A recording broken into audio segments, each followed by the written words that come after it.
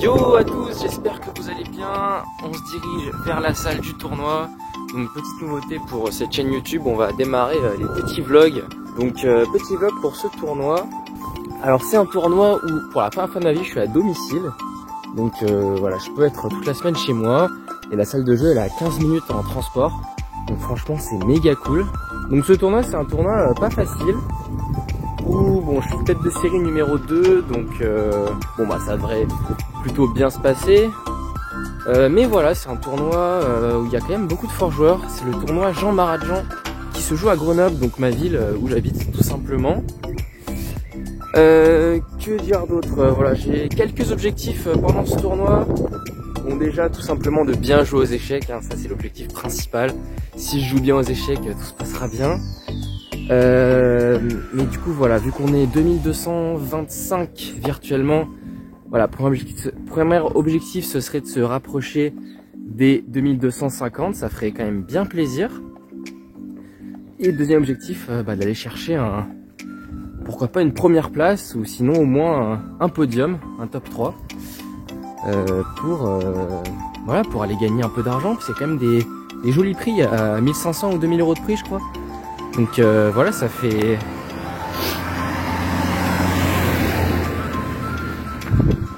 Donc voilà, ça fait toujours plaisir.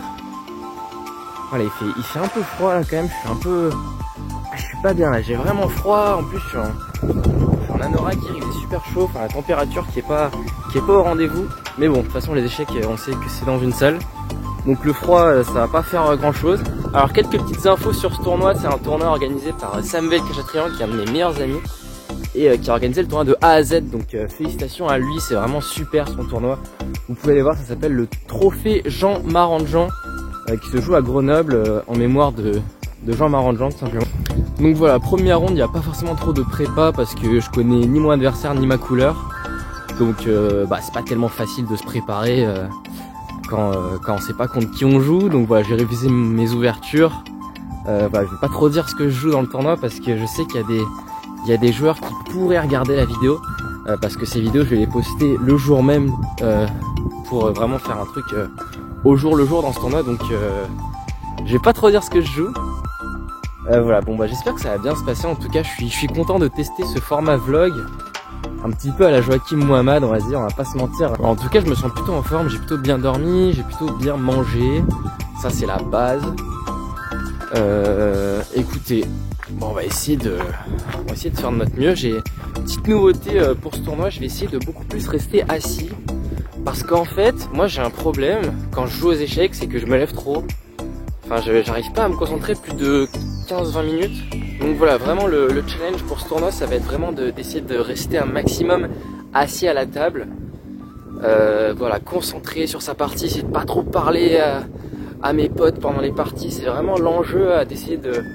En plus on est bien, on a un tournoi à domicile, il n'y a pas trop de soucis à se poser sur la bouffe, sur le transport, sur le logement, tout ça. Vraiment, on peut juste se concentrer sur les échecs, les prépas, les analyses, vraiment faire le tournoi à 100%. Voilà, chez moi pendant une semaine. Franchement, c'est un des premiers tournois de ma vie où je suis vraiment à domicile, parce que à Grenoble, faut savoir qu'il n'y a pas beaucoup de tournois. Et là, c'est vraiment un très fort tournoi organisé à Grenoble, donc on est très très bien.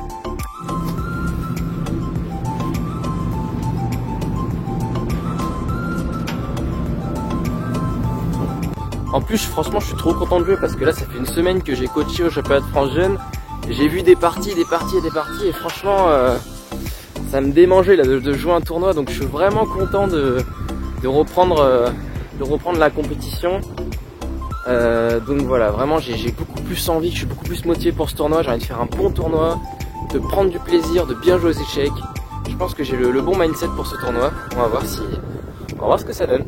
Écoutez, la ronde commence dans une petite demi-heure.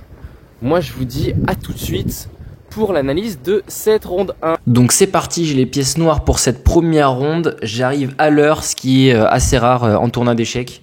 Je joue contre Dominique Gaudissart, classé 1750, donc quand même assez en dessous niveau classement. Mais on a les noirs, première ronde, il faut bien rentrer dans le tournoi. C'est jamais facile, et il me joue E4. Donc je suis assez content de voir ce coup. Et là déjà première réflexion, j'hésite, est-ce que je joue la française, qui est mon répertoire habituel, ou est-ce que je joue une petite scandinave. J'ai été tenté d'envoyer la scandinave, mais je suis resté raisonnable, on va dire, et j'ai joué la française, l'ouverture que je connais le mieux. D4, D5 et cavalier C3. Donc heureusement pas de française d'échange, parce que bon, après pion prend, c'est toujours pas évident de gagner ça contre un joueur plus faible. Donc évidemment j'aurais essayé de déséquilibrer la position, sûrement avec une variante. Bon alors je dis pas mes prépas, j'ai retenu, faut pas dire les prépas. Mais voilà, j'aurais essayé de déséquilibrer la position. Voilà, je vous dis ça. Mais du coup heureusement il joue cavalier C3, donc on rentre dans les grandes lignes, cavalier F6. Et là, si vous vous rappelez bien ce qu'on a dit, il y a deux coups, donc il y a E5 pour attaquer le cavalier et il y a fou G5 pour clouer. Il choisit la deuxième option, il joue fou G5. Et ici j'hésite. Donc vraiment deuxième hésitation, j'hésite longtemps. En fait je me dis, est-ce que je fais D prend E4, qui est la variante que je connais le mieux, ou est-ce que je joue une petite ligne que je connais un peu moins bien, fou E7, dans l'espoir d'obtenir cette position-là, avec H4, sur quoi je joue H6 et après fou prend, dame prend. Voilà, position assez déséquilibrée, où je vais jouer A6 puis C5, et je pense mieux comprendre la position que mon adversaire avec mon expérience que j'ai sur la française. Mais en fait, pourquoi j'ai pas joué ça? Parce que je me suis dit, bon, imaginons qu'il joue autre chose que E5. Bon, je sais pas trop ce qu'il peut jouer d'autre que E5 d'ailleurs. Mais voilà, fou E7, je connais vraiment très peu. Donc c'est pour ça que j'ai choisi de jouer D prend E4. On va un peu avancer. Cavalier prend E4, fou E7. Et c'est là qu'il joue pas la ligne principale. Alors la ligne principale, c'est fou prend F6. Donc sur quoi je dois jouer G prend F6, qui est le bon coup. Mais il joue cavalier prend F6, qui est un coup peu ambitieux, on va dire. C'est pas le coup le plus ambitieux de la position, c'est pour un peu échanger les pièces. Mais moi ça me va, j'ai pas trop de soucis dans l'ouverture. Je pense après dame prend F6, c'est la partie. Cavalier F3, je joue petit roc, il joue fou D3. Et ici, je vais lui poser directement une question en jouant C5. Donc C5 pour contrer son centre en D4. Et la première grande réflexion pour lui, il finit par jouer petit roc avec un petit piège. Alors le petit piège, je suis pas tombé dedans, heureusement. C'est qu'en fait, si je me dis je peux aller gagner un pion parce que le pion en prise deux fois est défendu qu'une fois, évidemment il y a un piège. Je vous laisse mettre sur pause si vous l'avez pas vu. Donc après dame prend D4, mettez la pause. Et pour ceux qui ont enlevé la pause, on va y aller. Le coup c'était évidemment fou prend H7 échec, et sur roi prend, dame prend D4. Donc ça évidemment c'est pas possible, ça perd la dame. Donc évidemment je suis pas tombé dedans, même si j'étais pas très bien réveillé, j'ai quand même survécu à ce piège. J'ai joué plutôt cavalier C6, et là plus sérieusement c'est vraiment le tournant un peu de la partie. Là il joue le modeste C3 en fait, qui va se créer un pion isolé en D4 à terme. Là en fait il avait un très bon coup, c'était de jouer D prend C5, donc de venir prendre le pion, donc de se créer volontairement des pions doublés. Donc moi je suis allé prendre B2 évidemment. Donc il se crée une mauvaise structure, mais en fait c'est pour vraiment jouer l'activité. Mon fou C8 qui est pas développé, et là il y avait un seul bon coup à trouver, donc vraiment très dur à trouver, c'est dame E1, vraiment lunaire. En fait, bon il y a une idée, l'idée, alors je sais pas ce que c'est, mais il y a une idée. Non en fait il aimerait bien faire dame E2, sauf que dame E2 j'ai cavalier D4 qui échange les pièces, et ça va aller pour moi. À noter que la petite tactique fou prend H7, alors ça c'est marrant, ça marche pas du tout. Alors ça, on pourrait se dire que ça marche, le sacrifice de Gréco, je crois que ça s'appelle comme ça. Roi prend, cavalier G5, roi G8 et dame H5 pour aller mater, ne marche pas à cause de dame prend C2 qui revient défendre. Donc ça c'est juste pièce de plus, donc ça va pas. Mais marrant, j'ai trouvé marrant de montrer cette petite variante. Donc finalement il joue C3, je prends une fois en D4, il prend du cavalier, cavalier prend, pion prend, et tour D8. Donc là je vais avoir tout simplement une position avec où on va jouer contre le pion isolé, et comme il a plus beaucoup de pièces pour aller me mater, c'est normalement avantage noir cette position. Seul problème, le fou C8 qui a du mal à se développer, on va voir que ça va vraiment être le problème pour concrétiser cette position. Donc il joue dame C2 qui est le meilleur coup, bravo à lui. Je joue G6 et il joue tour D1. Et là, grosse réflexion entre tour prend D4 et fou D7. Donc tour prend D4, je vais vous le montrer à l'écran, et fou D7 pour finir le développement. Donc en fait, on pourrait se dire, bon bah tour prend D4, je gagne un pion, après je vais finir mon développement, c'est un pion de plus et je vais gagner la finale. Sauf que c'est pas si simple en fait. Tour prend D4, c'est pas si simple. J'ai beaucoup hésité avec fou D7 aussi pour faire tour C8 avec gain de temps sur la dame, venir placer le fou en C6 et avoir une super position. Et j'ai choisi tour prend D4. J'ai choisi tour prend D4 parce qu'en fait j'avais calculé que c'était bien pour moi. Mais en fait c'est pas si sûr parce qu'après fou E4 qu'il a joué dans la partie, en fait on voit qu'il a quand même des compensations. Donc l'ordi dit que tour prend D4 c'est le meilleur coup, mais franchement je pense que je regrette un peu de l'avoir joué parce qu'on va voir que ça va vraiment pas être simple. Donc il joue fou E4, je fais E5. Ici il joue tour prend D4, pion prend D4 et dame C7 qui attaque le pion B7. Et ici je vais faire alors pas une grosse erreur, mais vraiment une erreur. J'ai joué un peu trop vite ce coup je pense, parce que je me suis dit que c'était facile à gagner. Mais en fait, voilà, c'est justement pour ça que la partie, je trouve qu'elle est pas hyper bien maîtrisée à cause de ce coup. Je vais jouer dame B6. Ici, je vais jouer dame B6 pour échanger les dames. En fait, ici, l'ordi préconisait plutôt de faire, alors pas dame B6 justement, mais de faire fou F5. En fait, de venir donner les pions pour jouer avec le pion D. Et ça, c'était vraiment très très fort. C'était vraiment un avantage de plus 1 ou plus 2 pour moi. Donc, deux variantes. Soit il fait fou prend B7. Et dans ce cas-là, je vais faire tour D8 et je vais jouer plus tard avec le pion D qui est très très fort apparemment. Donc ça, apparemment, l'ordi, il surkiffe cette position. Soit il joue dame prend B7. Et là, la variante, c'est plutôt tour D8. Fou prend dame prend A7. Donc je dois donner un pion, mais pour jouer avec D3. Et apparemment, voilà, l'ordi, il préfère largement les noirs. Alors moi, j'ai pas trop compris ça en fait, j'ai vu cette position, je l'ai anticipé, mais j'ai pas trop compris à quel point j'étais mieux. Je pensais que c'était juste égal, voire je pouvais être en danger avec ces deux pions passés, et j'avais pas compris notamment la force de l'activité de mes pièces et du pion D3. Mais du coup, j'ai pas joué ça. J'ai joué dame B6, donc en fait, qui est un mauvais coup, qui est vraiment un mauvais coup. C'est une erreur dame B6 dans cette partie parce qu'il a juste dame prend B6, pion prend B6. Et en fait, cette position, malheureusement, alors elle est petit avantage noir, mais s'il défend bien, ça va être nul. Je vous spoil pas ce qui s'est passé, on va voir la suite de la partie. Je joue A3, donc évidemment, je menaçais le pion A2. A3, bien joué. Je fais fou E6, je finis le développement, donc je suis obligé de redonner B7, sinon je vais pas réussir à sortir les pièces. Tour D1, tour C8, donc je crée un petit piège. Il ne peut pas prendre en D4 parce que j'ai mat du couloir. Séparé, et là je fais tour D8. Bon, j'ai tenté mon piège, j'ai pas réussi. Donc, du coup, je me résous à faire tour D8 dans cette partie. Il joue fou prend B7, il récupère le pion. Et là, alors peut-être le premier bon coup de ma part de cette partie, il était temps de faire un bon coup, c'est G5. Alors là, j'ai bien kiffé quand j'ai joué G5. En fait, l'idée, c'est que je peux pas monter le roi tout de suite. Enfin, je peux, mais c'est pas très précis parce qu'il peut jouer F4. Et en fait, il va empêcher mon roi de venir en E5. Et c'est un peu pénible, surtout qu'il va se créer une route pour le roi via roi F2.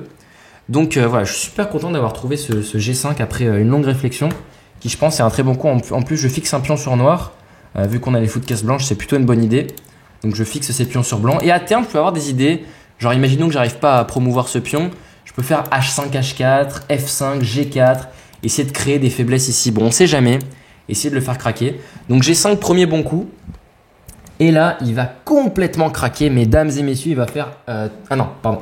Là, il n'a pas craqué du tout. Il a fait tour D2. C'est un bon coup. Je fais roi G7 et c'est là qu'il va complètement craquer. Il fait A4, point d'interrogation. Vraiment un très mauvais coup A4. En fait, ça permet tout simplement... Alors, je vous laisse chercher le coup que j'ai joué. Mettez la pause. Et ceux qui ont enlevé la pause, le coup, c'est fou B3. Évidemment, attaque le pion A4. Il n'y a qu'une seule manière de le défendre, c'est fou C6. Et ici, je peux tout simplement venir monter mon roi. Et en fait, le pion A4, évidemment, ça va être une faiblesse. Il aurait mieux fait de faire B4 ici, évidemment. De commencer à pousser, mais en faisant B4 pour pas mettre des pions sur blanc comme ça. Suivi de A4 à 5. Et là, ça aurait été beaucoup plus chaud. Je suis pas du tout sûr que j'aurais réussi à gagner. C'est pour ça que je vous dis que la partie est pas très propre, honnêtement. Je suis pas très content de la game. Roi G7, A4. Et là, fou B3. Fou C6, roi F6. Et là, une énorme gaffe. Là maintenant, c'est carrément une gaffe. Il joue tour D3 qui est le coup perdant. Donc évidemment, je fais fou C2 pour amener mon pion à dame. Donc là, il n'a pas le choix. S'il s'en va avec la tour en donnant échec, je vais faire roi E7. Il n'a plus d'échec et au prochain, c'est D3, D2, D1 complètement imparable. Donc il est obligé de faire tour D2. Et maintenant, D3, tranquille. Le pion protège le fou protège le pion. C'est parfait, tout se protège. Moi, j'aime bien en général quand tout se protège. C'est vraiment kiffant. Donc là, il tente de faire B4 pour envoyer son pion. On va voir que je suis largement, je suis largement à temps pour arrêter. Hein. Donc je fais roi E5. Je me dirige tout droit vers la case C3. C'est l'autoroute. Il fait A5. Je fais prise et tour B8. Donc évidemment, je fais pas tout de suite roi D4. C'est un petit piège parce qu'ici, il ferait A6.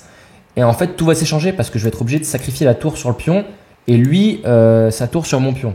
Donc genre par exemple, roi C3, prise, fou prend A7. Bah là en fait au prochain il fait A8 et bon c'est roi fou c'est nul. Sauf qu'ici, sauf qu'ici pardon, pardon excusez-moi. Sauf qu'ici je prends bien le temps de faire tour B8 pour venir mettre un échec en bain et me mettre en A1 pour arrêter le pion et ensuite j'aurai tout le temps de faire roi D4 et roi C3. Donc la partie qui a continué G3 évidemment ici c'est facilement gagnant. Roi D4, F4, roi C3 donc tout simplement aller vers la tour. S'il avait ramené son roi, de toute façon, j'aurais mis un échec sur la colonne E pour gagner le contrôle de la case D2. Donc, il bouge la tour. Oups, pardon. J'ai fait une petite bêtise. Alors, attendez, ça va être facile de revenir. Excusez-moi. Voilà, donc je viens jusqu'en C3, ça c'est fait. Et après tour F2, je fais D2, hein, tout simplement. Je menace dame, il est obligé de ramener son fou en F3. Et ici, la conversion est assez facile. Bon, j'ai joué vite, hein, mais je savais que j'avais pas trop de risques, dans cette position. Je joue pion prend et dame. Donc j'ai un fou de plus. Il suffit juste de pas perdre ces deux pions. Mais le fou va très bien les contrôler. Après A6, je suis juste allé chercher le pion A6. J'ai mis le fou tranquille en E6. Il protège.